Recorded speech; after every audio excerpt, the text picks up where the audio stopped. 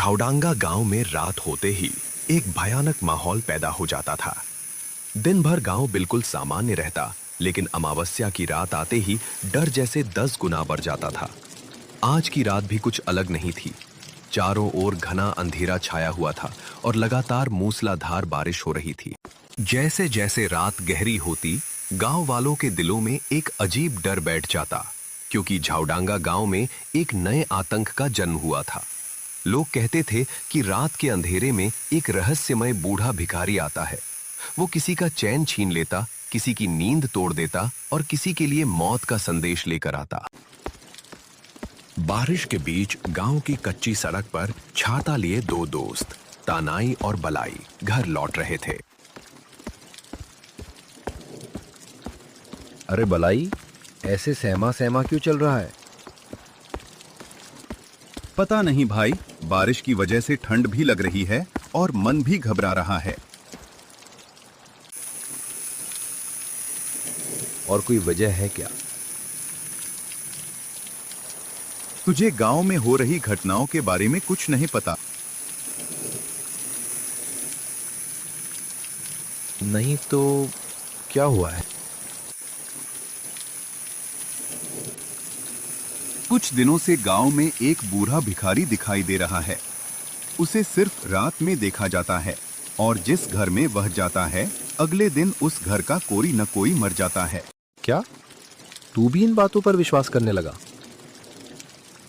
विश्वास नहीं करता, लेकिन रोज रोज सबके मुंह से सुनकर डर लगने लगा है। कैसी अजीब बात है। अचानक तेज बिजली चमकी। दोनों के आसपास खड़े झाऊ के पेड़ किसी राक्षस की तरह दिखाई देने लगे। फिर भी सावधान रहना भाई। अगर कोई बूढ़ा भिखारी रात में बुलाए तो जवाब मत देना। ठीक है, लेकिन तेरी बातें सुनकर अब मुझे भी डर लग रहा है। कुछ नहीं होगा, चल सुबह मिलते हैं। ठीक है। भाई, उधर झाड़ियों में कुछ हिल रहा है। अरे कुछ नहीं है, तू बेकार में डर रहा है। दोनों अपने अपने घर चले गए, लेकिन अगले दिन सुबह एक ऐसी खबर आई जिसने पूरे गांव को हिला दिया। कानाई की अचानक मौत हो गई थी। ये खबर सुनते ही बलाई दौड़कर कनाई के घर पहुंचा। भाभी, अचानक क्या हुआ कानाई को? रात को खाना खाकर सोए थे। सुबह उठी तो देखा वो अब इस दुनिया में नहीं था। क्या रात को आपके घर कोई भिखारी आया था? हाँ, घर में घुसने से पहले एक बूढ़ा भिखारी आया था। वो कुछ बोला नहीं, बस खड़ा रहा। मैंने पूछा कि इतनी रात को क्या चाहिए, लेकिन वो बिना कुछ कहे चला गया। ये सुनते ही बलाई के पैरों तले जमीन खिसक गई। तो क्या वही भिखारी कानाई की मौत का कारण है? लेकिन ऐसा कैसे हो सकता है? मुझे नहीं पता, लेकिन मैं इसका सच जरूर पता लगाऊंगा।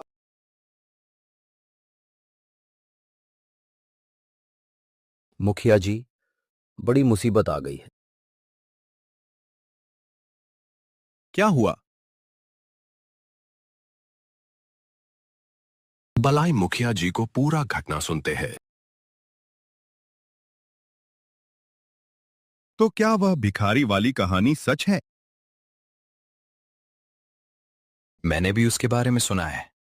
लोग कहते हैं वो कोई इंसान नहीं, एक भटकती आत्मा है। अगर सच में कोई अभिशाप गांव पर आ गया है, तो हमें तुरंत कुछ करना होगा। हाँ मुखिया जी। आज से गांव की हर गली और हर घर पर पहरा लगाया जाएगा। कुछ दिनों तक सब शांत रहा, लेकिन एक रात फिर से वह अभिशप्त भिखारी लौट आया। इस बार उसका निशाना था बलाई। भलाई, भलाई। ये आवाज सुनकर बलाई की नींद खुल गई। कौन है? मैं हूं। बलाई बाहर निकला और सामने खड़े एक बूढ़े भिखारी को देखकर सन्न रह गया। तुम कौन हो? मैं एक साधारण भिखारी हूं।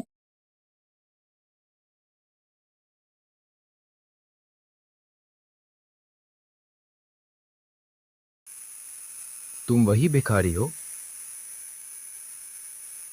भयानक हंसी।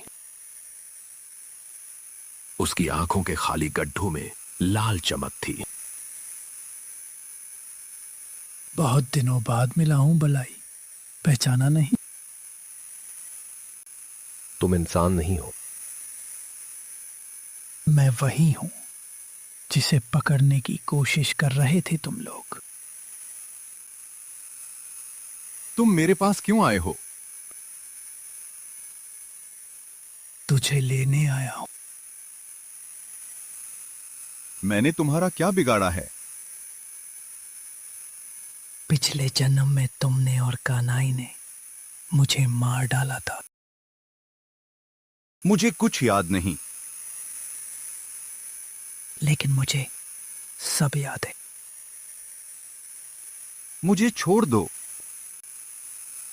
अगर बचना चाहता है तो इस गांव की सीमा पार कर भाग जा, नहीं तो आज तेरी मौत तय है।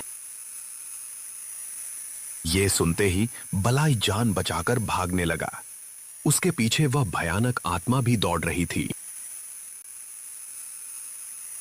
भाग बलाई, भाग, लेकिन मुझसे बच नहीं पाएगा। बचाओ, बचाओ। भागते भागते बलाई गांव की सीमा पार कर गया और दूसरे गांव पहुंचते ही बेहोश होकर गिर पड़ा। बेटा, तुम कौन हो? मैं झाउडांगा गांव का बलाई हूं। एक भिखारी की आत्मा मेरा पीछा कर रही है। क्या वो लाल कपड़े पहने बूढ़ा भिखारी है?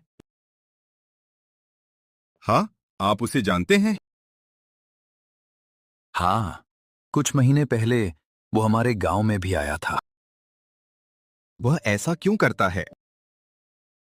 बहुत साल पहले वो सचमुच एक भिखारी था। एक रात उसे चोर समझकर गांव वालों ने पीट पीट कर मार डाला था। फिर?